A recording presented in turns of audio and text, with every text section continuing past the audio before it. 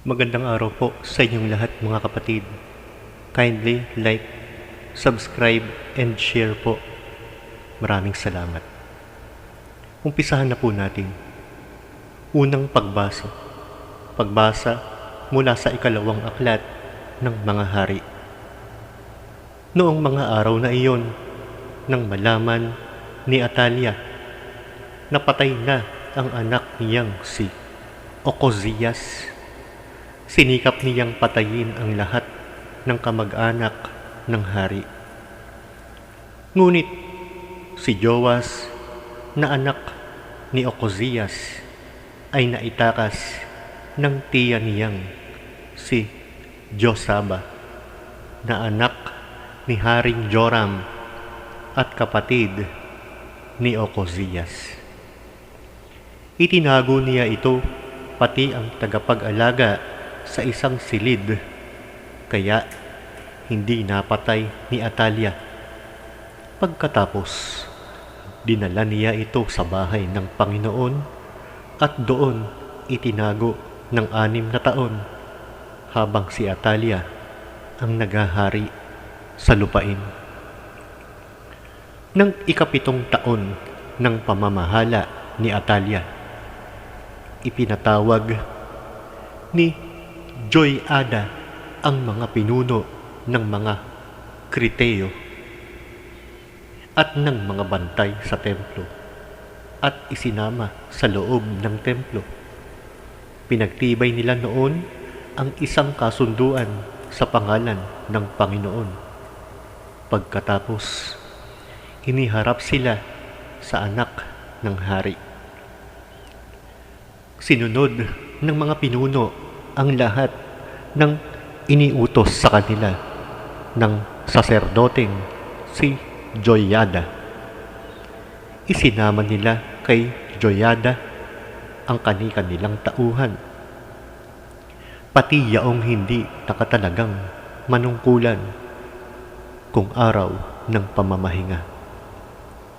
At ibinigay ni Joyada sa mga kapitan ang mga kagamitan ni Haring David, ang mga sandata at pananggalang na nasa bahay ng Panginoon. At bawat kawal ay tumalaga sa kanya-kanyang lugar, nakahanda sa anumang mangyayari.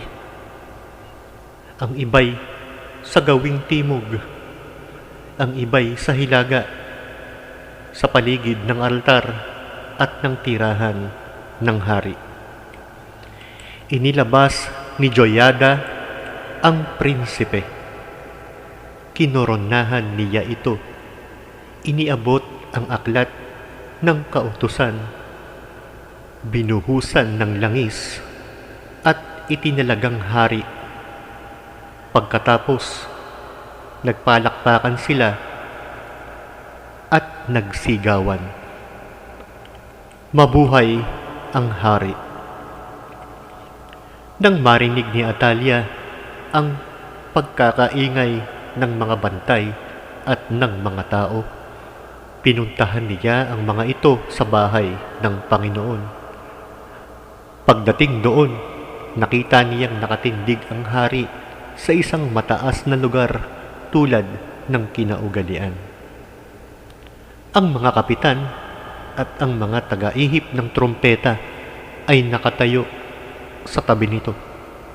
Ang buong bayan naman ay di magkamayaw sa galak at walang malamang gawin sa pag-ihip ng kanilang trompeta.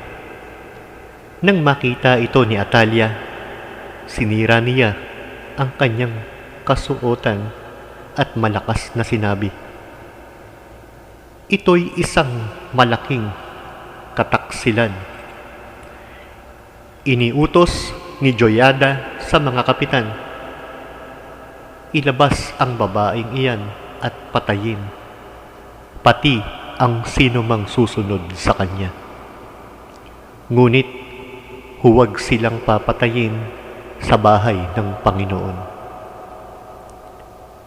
Siya'y sinunggaban nila, inilabas sa daanan ng mga kabayo ng hari.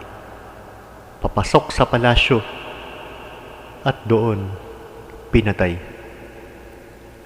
Pagkaraan noon, sinariwa ni Joyada ang tipan ng Diyos at ng mga tao. Muli niyang pinanumpa ang hari at ang mga tao na sila'y papailalim sa tipan. Ang mga tao'y nagtuloy sa templo ni Baal. Giniba nila ito at winasak pati rebulto ni Baal. Pinatay nila sa harap ng altar si Matan na saserdote ni Baal at si Joyada ay nagtalaga ng mga bantay sa bahay ng Panginoon.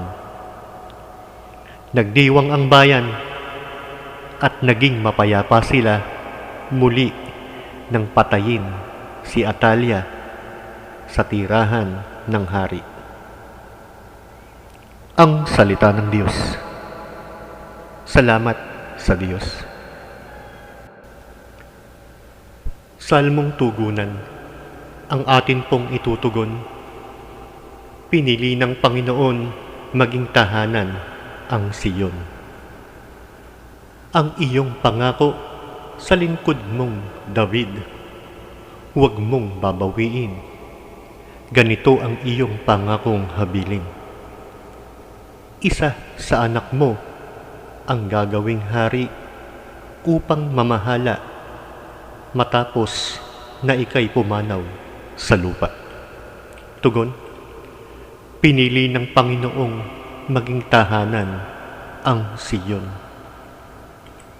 Kung maging tapat ang mga anak mo sa bigay kong tipan at ang mga utos ko ay igagalang, ang mga anak mo'y pawang maghaharing walang katapusan.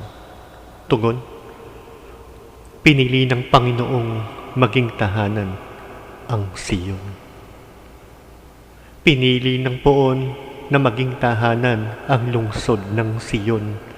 Ito ang wika niya.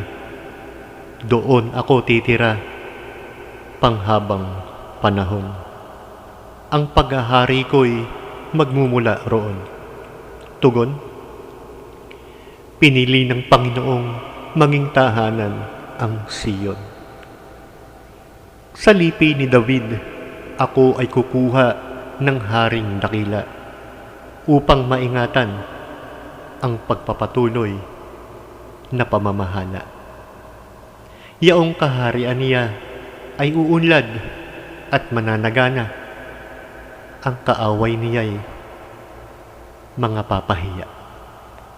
Tugon, pinili ng Panginoong maging tahanan ang Siyon.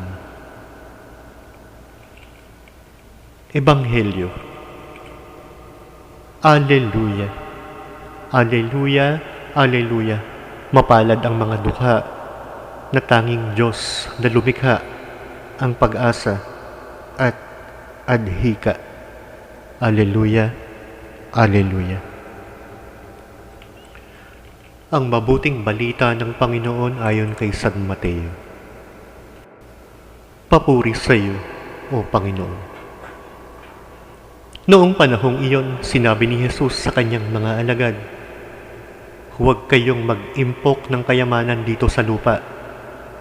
Dito'y may naninirang tanga at kalawang at may nakapapasok na magnanakaw. Sa halip, impukin ninyo ay mga kayamanan sa langit. Dooy walang naninirang tanga at kalawang, at walang nakapapasok na magnanakaw, sapagkat kung saan naroon ang inyong kayamanan, naroon din naman ang inyong puso. Ang mata ang pinakailaw ng katawan, kaya't kung malinaw ang iyong mata, maliliwanagan ang buo mong katawan. Ngunit kung malabo ang iyong mata, madirimlan ang buo mong katawan. Kaya't kung ang liwanag na nasa iyo ay kadiliman pala. Napakadilim niyan. Ang mabuting balita ng Panginoon. Pinupuri ka namin, Panginoong Heso Kristo.